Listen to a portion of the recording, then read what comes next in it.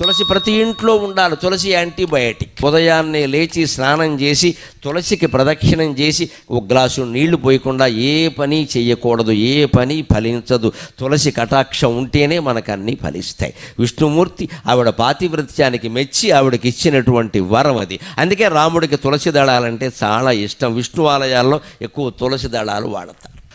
విష్ణుమూర్తికి అలంకారాలు బాగా ఇష్టం. అందుకని మల్లె పూలదండ, చామంతి పూలదండ, బంతి పూలదండ, గులాబీ పూలదండ, నీ ఇష్టం వచ్చిన పూలదండలు అన్నీ పట్టుకొచ్చి విగ్రహం మీద బారేస్తే వచ్చే ఇబ్బంది ఏమిటో తెలుసా? విగ్రహంలో పురుగులు చేరతాయి. విగ్రహంలో పురుగులు చేరతాయి. పువ్వుల్లో పురుగులు ఉంటాయి కదా, విగ్రహంలో పురుగులు చేరతాయి. ఆ చేరినటువంటి పురుగులు విగ్రహానికి హాని చేస్తే అక్కడే చనిపోతాయి, అక్కడే కుళ్ళిపోతాయి, రకరకాలుగా అవుతాయి. ఆ విగ్రహానికి పట్టిన మురికి మొత్తం పోవాలి అంటే విష్ణుమూర్తి ఆలయాల్లో తులసిమాల తప్పకుండా వెయ్యాలి. అది శాస్త్రీయమైన ఆచారం. హిందూ దేవాలయాల్లో పాటించే ప్రతి ఆచారం శాస్త్రీయం.